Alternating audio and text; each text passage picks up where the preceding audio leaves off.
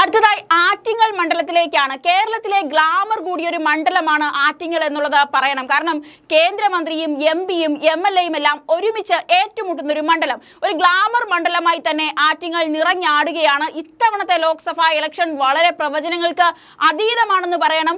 ഒരു MLA V ജോയാണ് LDFന്റെ സ്ഥാനാർത്ഥിയെങ്കിൽ സിറ്റിംഗ് MP അടൂർ പ്രകാശാണ് UDFന്റെ സ്ഥാനാർത്ഥി. അതുപോലെ തന്നെ BJPക്ക് വേണ്ടി കേന്ദ്രമന്ത്രി വി മുരളീധരനാണ് ആറ്റിങ്ങൽ ഇറങ്ങുന്നത്. അതുകൊണ്ട് തന്നെ ആറ്റിങ്ങൽ ഗ്ലാമറാണ്. ആറ്റിങ്ങൽ ആർക്കും പെട്ടെന്ന് പിടികൊടുക്കാറുമില്ല എന്നുള്ളതാണ്. അതായത് ആറ്റിങ്ങലിന്റെ കാറ്റ് എങ്ങോട്ടാണ്, ഏത് ദിശയിലേക്കാണ് വീശുന്നത് എന്ന് ചോദിച്ചാൽ ചരിത്രം എടുത്താൽ ഇടതുപക്ഷത്തിന് മേൽക്കൈയുള്ളൊരു മണ്ഡലം. പക്ഷേ സിറ്റിംഗ് MP UDF ആണ്. അതേസമയം തന്നെ BJPക്ക് കഴിഞ്ഞ തവണ ഏറ്റവും വോട്ട് വിഹിതം കൂടിയ മണ്ഡലം കൂടിയാണ് ആറ്റിങ്ങൽ എന്ന് പറയുന്നത്. അതായത് വളരെ കൺഫ്യൂഷനിൽ നിർത്തുന്ന, വളരെ ദുരൂഹമായി തുടരുന്ന ഒരു മണ്ഡലമാണ് ആറ്റിങ്ങൽ. മൂന്ന് കൂട്ടർക്കും ആറ്റിങ്ങലിൽ ആഞ്ഞിറങ്ങാം എന്നുള്ളതാണ്. കേന്ദ്രമന്ത്രിയും MPയും MLAയും ഏറ്റുമുട്ടുന്ന ഗ്ലാമർ മണ്ഡലം വെറുതെ ഒന്നും നേരത്തെ എല്ലാവരും കണ്ണുവച്ചൊരു മണ്ഡലം കൂടിയാണ് ആറ്റിങ്ങൽ. ആർക്ക് വേണമെങ്കിലും എപ്പോഴും വിജയം പ്രതീക്ഷിക്കാവുന്ന ഒരു മണ്ഡലം തന്നെയാണ്. അതായത് ആറ്റിങ്ങളുടെ ചിന്ത എങ്ങോട്ടായിരിക്കും എന്നുള്ളത് കണ്ടു തന്നെ അറിയണം. അതുകൊണ്ട് തന്നെ ആറ്റിങ്ങൽ മണ്ഡലം ഉദ്യോഗത്തിന്റെ മുൻമുനയിലാണ്. ആരാണ് ഇവിടെ ജയിക്കുക എന്നുള്ളത് കഴിഞ്ഞ തവണ CPM സേഫായി കണ്ടൊരു മണ്ഡലമാണ് ആറ്റിങ്ങൽ. പക്ഷേ റിസൾട്ട് വന്നപ്പോൾ CPMന് കനത്ത പ്രഹരമായിരുന്നു ആറ്റിങ്ങൽ നൽകിയത്. അത് എടുത്തു പറയേണ്ടത് കോൺഗ്രസ് സ്ഥാനാർത്ഥി അടൂർ പ്രകാശിന്റെ ബുദ്ധിയോടെയുള്ള കരുനീക്കങ്ങളെ കുറിച്ചാണ്. അതായത് ആറ്റിങ്ങൽ മണ്ഡലത്തിലെ ഇരട്ട വോട്ട് കൊണ്ടുവരികയും കണ്ടെത്തുകയും ഏകദേശം 2 ലക്ഷത്തിലധികം ഇരട്ട വോട്ടുകൾ ഇല്ലാതാക്കുകയും ചെയ്യാൻ അടൂർ പ്രകാശിന് കഴിഞ്ഞു എന്നുള്ളതാണ്.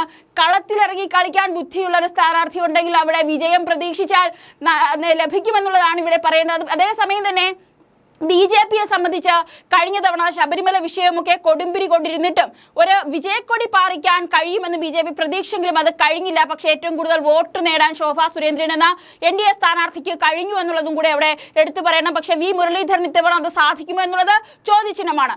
ഏറ്റവും കൂടുതൽ വോട്ട് BJP നേടിയ ഒരു മണ്ഡലം ആറ്റിങ്ങൽ എന്നുള്ളത് ഇപ്പോഴും BJPക്ക് അവിടെ വലിയൊരു പ്രതീക്ഷ നൽകുന്നുമുണ്ട്. മൂന്ന് പാർട്ടിയും ലക്ഷ്യം വെച്ച്, അതായത് മൂന്ന് പാർട്ടിയും ഈ ആറ്റിങ്ങൽ ലക്ഷ്യം വെച്ച് പണി നേരത്തെ തുടങ്ങി എന്നുള്ളതും കൂടെ എടുത്തു പറയേണ്ട ഒരു കാര്യമാണ്. കാരണം CPM കഴിഞ്ഞ തവണ ഏറ്റ പ്രഹരം മുന്നിൽ കണ്ടുകൊണ്ട് തന്നെ ആകണം MLA വി ജോയെ ജില്ലാ പ്രസിഡന്റായി ഒക്കെ പദവി കൊടുത്ത് അവിടെ കൊണ്ടുവരുന്നു. പിന്നീട് തിരുവനന്തപുരം ജില്ലയിലെ എല്ലാവരുമായി, അതായത് ജനങ്ങളുടെ ഇടയിൽ ഇറങ്ങി പ്രവർത്തിക്കാനുള്ള ഒരു അവസരം CPM ജോയ്ക്ക് ഒരുക്കി കൊടുക്കുകയാണ്. അത് ആറ്റിങ്ങൽ ലക്ഷ്യം വെച്ചുകൊണ്ട് തന്നെയാണെന്നുള്ളതാണ് ഇപ്പോഴത്തെ ഒരു വിലയിരുത്തൽ. അതുപോലെ തന്നെയാണ് വി മുരളീധരൻ ഒരു കേന്ദ്രമന്ത്രിയാണ്. അദ്ദേഹം കേന്ദ്രമന്ത്രി ആയിരുന്നിട്ട് കൂടി അദ്ദേഹത്തിന്റെ തിരുവനന്തപുരത്തെ പ്രവർത്തനങ്ങളെല്ലാം ആറ്റിങ്ങലുമായി ബന്ധപ്പെട്ടായിരുന്നു. ആറ്റിങ്ങൽ കേന്ദ്രീകരിച്ചുള്ള പ്രവർത്തനങ്ങളായിരുന്നു വി മുരളീധരൻ ചെയ്തുകൊണ്ടിരുന്നത്. അതുകൊണ്ട് തന്നെ BJPയും നേരത്തെ ആറ്റിങ്ങൽ അവരുടെ മണ്ഡലമായി, A ക്ലാസ് മണ്ഡലമായി ലക്ഷ്യമിട്ടിരുന്നു. നേരത്തെ പ്രതീക്ഷകൾ വച്ചിരുന്നതിന്റെ ഏറ്റവും വലിയ ഉദാഹരണങ്ങളാണ്. ഏതായാലും A ക്ലാസ് ഗ്ലാമർ മണ്ഡലമായി ആറ്റിങ്ങൽ ആർക്കും പിടികൊടുക്കാത്ത ഒരു മണ്ഡലമായി തന്നെ ആറ്റിങ്ങൽ തുടരുകയാണ്.